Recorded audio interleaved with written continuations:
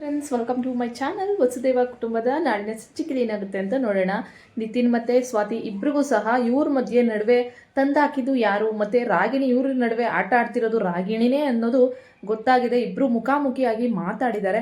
So Swati ಮನಸ್ಸಲ್ಲಿ ಇರೋದನ್ನ ಸ್ವಾತಿ ಹೇಳ್ಕೊಂಡಿದ್ದಾಳೆ. ನಿತಿನ್ ಅವರು ಮತ್ತೆ ಈ ಲೆಟರ್ನ ಯಾಕೆ ಕೊಟ್ಟೆ ಅಂತ ಹೇಳ್ಬಿಟ್ಟು ಅವರು ಸಹ ಕೇಳ್ತಾರೆ. ಅವಾಗ ಇದನ್ನ ಮಾಡಿದ ಯಾರು ಅನ್ನೋ ಒಂದು ಇದು ಬಂದಾಗ ಅವ್ರಿಗೆ ಗೊತ್ತಾಗುತ್ತೆ ಇದು ರಾಗಿಣಿ ಅಂತ. ಆ ಒಂದು ಸಂಚಿಕೆ ಏನಾಗುತ್ತೆ ಅಂತ ನೋಡೋಣ. ನಿಮಗೆ ವಿಡಿಯೋಗಳು ಇಷ್ಟ ಆಗ್ತಾ ಇದ್ರೆ ಲೈಕ್ ಮಾಡಿ, ಸಬ್ಸ್ಕ್ರೈಬ್ ಮಾಡೋದನ್ನ ಮರಿಬೇಡಿ ದಯವಿಟ್ಟು. ಸೊ ವಿಡಿಯೋ ಏನಾಗುತ್ತೆ ನೋಡೋಣ ಬನ್ನಿ. ಫ್ರೆಂಡ್ಸ್, ಸಂಚಿಕೆ ಆರಂಭದಲ್ಲಿ ಈ ಕಡೆ ಸ್ವಾತಿ ಮತ್ತೆ ನಿತಿನ್ ಇಬ್ರಿಗೂ ಸಹ ಗೊಂದಲ ಶುರು ಆಗುತ್ತೆ. ಯಾರು ಈ ಥರ ಆಡ್ತಾ ಇರೋದು ನಿತಿನ್ ಅವರು ಯಾಕೆ ಈ ರೀತಿ ಮನೆ ಬಿಟ್ಟೋಗೋ ನಿರ್ಧಾರನ ಮಾಡಿದ್ದಾರೆ. ನಿತಿನ್ ಈ ರೀತಿ ಆಗಬಾರ್ದು, ಅವ್ರ ಜೀವನದಲ್ಲಿ ಹೊಸ ಬೆಳಕು ಕಾಣಬೇಕು ಅಂತ ನಾನು ಅಂದ್ಕೊಂಡಿದ್ದೀನಿ. ಅವ್ರು ಇನ್ನೂ ನನ್ನ ವಿಚಾರದಲ್ಲೇ ಇನ್ನೂ ಯೋಚನೆ ಮಾಡ್ಕೊಂಡು ಕೂತಿದಾರಲ್ಲ ಅಂತ ಹೇಳ್ಬಿಟ್ಟು ಅಯ್ಯೋ ಪಾಪ ಅನ್ಸ್ಬಿಡುತ್ತೆ ಸ್ವಾತಿಗೆ. ಹಂಗಾಗಿ ನಮ್ಮ ನಿತಿನ್ ಹತ್ರ ಮಾತಾಡ್ಲಿಕ್ಕೆ ಅಂತ ಹೇಳ್ಬಿಟ್ಟು ಸ್ವಾತಿ ಮುಂದಾಗ್ತಾರೆ. ಮನೆಯವರೆಲ್ಲ ನಿತಿನ್ ಮನೆ ಬಿಟ್ಟು ಹೋಗೋದು ಬೇಡ, ಅವನಿಗೆ ಹುಡುಗಿ ಚಿಂತೆಲ್ಲೇ ಅವನು ಮುಳುಗೋಗಿದ್ದಾನೆ, ಅವ್ನ ಮನಸ್ಸು ಚೇಂಜ್ ಆಗಬೇಕು ಅಂದರೆ ಅವನ್ನ ವಂಶಿ ನೀನು ಆಫೀಸ್ಗೆ ಕರ್ಕೊಂಡು ಹೋಗು ಅಂತ ಹೇಳ್ಬಿಟ್ಟು ತಾತ ಅಜ್ಜಿ ಹೇಳ್ತಾರೆ. ಹೌದು ಕಣೋ ನಿತಿ, ನೀನು ನನ್ನ ಜೊತೆ ಆಫೀಸ್ಗೆ ಬಂದ್ಬಿಡು, ಇಲ್ಲೇ ಇದ್ರೆ ನಿನಗೆ ಅದೇ ಕಾಡ್ತಾ ಇರ್ತದೆ ಅಂದ್ಬಿಟ್ಟು ವಂಶಿನೂ ಸಹ ಹೇಳ್ತಾರೆ. ಆದರೆ ವಂಶಿಗೆ ಯಾವ ಹುಡುಗಿ ಅಂತ ಗೊತ್ತಿರಲ್ಲ. ಹಾಗಾಗಿ ಇನ್ನು ನಿತಿನ್ ಇದ್ದವರು ಬೇಡ ಕಣೋ ವಂಶಿ, ನನಗೆ ಮನೇಲಿರೋಕ್ಕೆ ಯಾಕೋ ನಾನು ನೆನ್ನೆಲ್ಲ ಆ ರೀತಿ ಅವಾಂತರ ಮಾಡಿದ್ದೀನಿ ಅಂದರೆ ನನಗೆ ಯಾಕೆ ಆ ಥರ ಮಾಡಿದೆ ಅಂತಲೇ ನನಗೆ ಗೊತ್ತಿಲ್ಲ. ಸೊ ನಾನು ಇಲ್ಲಿದ್ರೆ ಸರಿ ಹೋಗಲ್ಲ ಅಂದ್ಬಿಟ್ಟು ನಿತಿನ್ ಹೇಳ್ತಾರೆ. ಇಲ್ಲ ಕಣೋ, ನೀನು ನಮ್ಮನೆಯಲ್ಲೇ ಇರಬೇಕು, ನನ್ನ ಜೊತೆ ಆಫೀಸ್ಗೆ ಬರಬೇಕು ಅಂತ ಹೇಳ್ಬಿಟ್ಟು ವಂಶಿ ಹೇಳ್ತಾರೆ. ಇನ್ನು ಈ ರಾಧೆ ತಂಗಿ ತೋಳು ನಿತಿನ್, ನೀನು ನಮ್ಮನೆಗೆ ಬಂದ್ಬಿಡು, ನಾವು ಆರಾಮಾಗಿರ್ಬೋದು ಅಂದಾಗ ನಿನ್ನನ್ನು ಮಾತ್ರ ನಾನು ಯಾವತ್ತೂ ನಂಬಲ್ಲ ಅಂತ ಹೇಳ್ಬಿಟ್ಟು ಈ ಕಡೆ ನಿತಿನ್ ಅವ್ರ ಅಮ್ಮಂಗೆ ಬೈತಿದ್ರೆ ರಾಗಿಣಿ ತೋಳು ಅಯ್ಯೋ ನಾನೊಂದು ಮಾಡೋಕ್ಕೋಗಿ ಇದೊಂದಾಗೋಯ್ತಲ್ಲ ಅಂದ್ಬಿಟ್ಟು ಯೋಚನೆ ಮಾಡ್ತಿರ್ತಾಳೆ.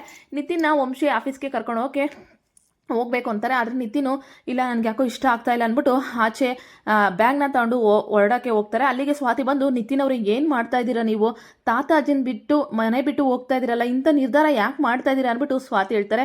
ಯಾಕೆ ಸ್ವಾತಿ, ನಿನಗೇನು ಗೊತ್ತಿಲ್ವಾ, ನಾನು ನಿನ್ನ ಮುಂದೆನೇ ನೀನು ನನ್ನ ಪ್ರೀತಿ ಮಾಡಿದ್ದೆ, ನನ್ನ ಮುಂದೆನೇ ನೀವಿಬ್ಬರು ಆರಾಮಾಗಿ ಮದುವೆ ಮಾಡ್ಕೊಂಡಿದ್ದೀರಾ. ಸೊ ನಿನ್ನನ್ನು ನೋಡಿಕೊಂಡು ನಾನು ಯಾವ ರೀತಿ ನನ್ನ ಕಣ್ಣಲ್ಲಿ ನೋಡ್ಕೊಂಡಿರೋದು ಆಗಲ್ಲ, ನೀನು ಎಲ್ಲೇ ಇದ್ರು ಹೆಂಗೆ ಇದ್ರು ಚೆನ್ನಾಗಿರೋ, ನಾನಿಲ್ಲಿದ್ರೆ ನಿಮಗೆ ತೊಂದರೆ, ನಾನು ಹೋಗ್ತೀನಿ ಅಂದ್ಬಿಟ್ಟು ನಿತಿನ್ ಹೇಳ್ತಾರೆ. ನೋಡಿ ನಿತಿನ್, ಆ ರೀತಿ ಎಲ್ಲ ಏನೂ ಇಲ್ಲ, ನನ್ನ ಮನಸ್ಸಿಂದ ನಿಮ್ಮನ್ನ ಯಾವತ್ತೂ ತೆಗ್ದಾಕಿದ್ದೀನಿ, ನಿಮ್ಮನ್ನ ಒಬ್ಬ ಒಳ್ಳೆ ಫ್ರೆಂಡ್ ಅಂತ ಅಂದ್ಕೊಂಡಿದ್ದೀನಿ, ನೀವು ಮಾತ್ರ ಈ ಥರ ಎಲ್ಲ ನಡ್ಕೊಳ್ಳೋದು ಸರಿ ಇಲ್ಲ ಅಂದಾಗ ಸ್ವಾತಿ ನೀನು ಏನು ಹೇಳ್ತಾ ಇದೆಯಾ, ಮತ್ತೆ ಈ ಲೆಟ್ರ್ ಏನು ಅಂತ ಹೇಳ್ಬಿಟ್ಟು ಈ ಕಡೆ ನಿತಿನ್ ಸ್ವಾತಿಗೆ ತೋರಿಸಿದಾಗ ಸ್ವಾತಿ ಇದೋಳು ಈ ಲೆಟ್ರನ್ನ ನಾನು ಬರ್ದಿಲ್ಲ ಅಂದಾಗ ಮತ್ತೆ ಈ ಲೆಟ್ರನ್ನ ನಿಮ್ಮ ರೂಮ್ ಕಡೆಯಿಂದನೇ ಬಂತಲ್ಲ ಅಂದಾಗ ಅದೇ ನನಗೆ ಗೊತ್ತಿಲ್ಲ, ನಾನು ನೀವು ಬರೆದು ನನ್ನ ರೂಮ್ಗೆ ಹಾಕಿದ್ದೀರಾ ಅಂತ ನಾನೇ ಕೆಳಗಡೆ ಬಿಸಾಕ್ತೆ ಅಂದ್ಬಿಟ್ಟು ಸ್ವಾತಿ ಹೇಳಿದಾಗ ಹೌದಾ, ಹಂಗಿದ್ರೆ ನೀನು ಬರ್ದೆ ಅಂತ ಅನ್ಕೊಂಡೆ ಸ್ವಾತಿ ಅಂದಾಗ ಹಂಗಿದ್ರೆ ಇಲ್ಲಿ ಯಾರೋ ಏನೋ ಗೇಮ್ ಆಡ್ತಾ ಇದ್ದಾರೆ ನಿತಿ ಅಂದಾಗ ನನಗೆ ಯಾಕೋ ಆ ರಾಗಿಣಿ ಮೇಲೆ ಡೌಟು, ನೆನ್ನೆ ಈ ಲೆಟ್ರ್ ಸಿಕ್ಕಿದಾಗ ಆ ರಾಗಿಣಿ ಅಲ್ಲೇ ಇದ್ಲು ಅಂದ್ಬಿಟ್ಟು ನಿತಿನ್ ಹೇಳ್ತಾರೆ.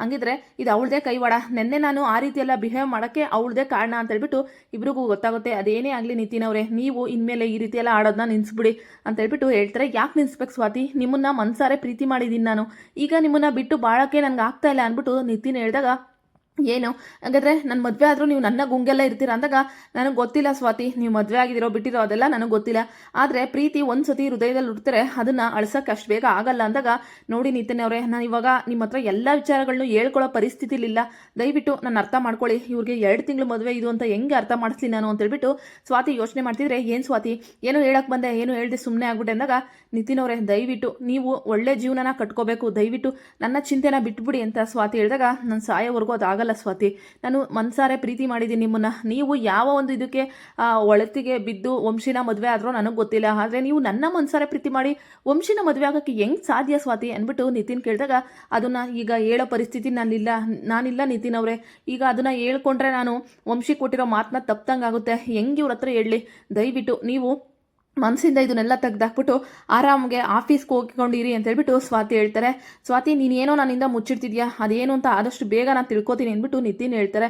ಇನ್ನು ರಾಧೆ ತಂಗಿ ಮತ್ತು ರಾಗಿಣಿ ಇಬ್ಬರು ಸೇರಿ ಅಲ್ಲ ನಾವೇನೋ ಮಾಡಿದ್ರೆ ಇವರಿಬ್ರು ಜೊತೆ ಆಗ್ತಾ ಇದ್ದಾರಲ್ಲ ಅಂದ್ಬಿಟ್ಟು ಈ ಕಡೆ ರಾಧಿಕಾ ಯೋಚನೆ ಮಾಡ್ತಿದ್ರೆ ರಾಗಿಣಿದಳು ಹೌದು ಅತ್ತೆ, ನಾನು ಇವರಿಬ್ರನ್ನ ದೂರ ಮಾಡಬೇಕು ಅಂದ್ಕೊಂಡ್ರೆ ಮತ್ತೆ ಹತ್ರ ಆಗ್ತಿದ್ದಾರೆ ಅಂತ ಹೇಳ್ಬಿಟ್ಟು ಅವರು ಸಹ ಕುತಂತ್ರ ಮಾಡೋಕ್ಕೆ ತಯಾರಾಗಿದ್ದಾರೆ.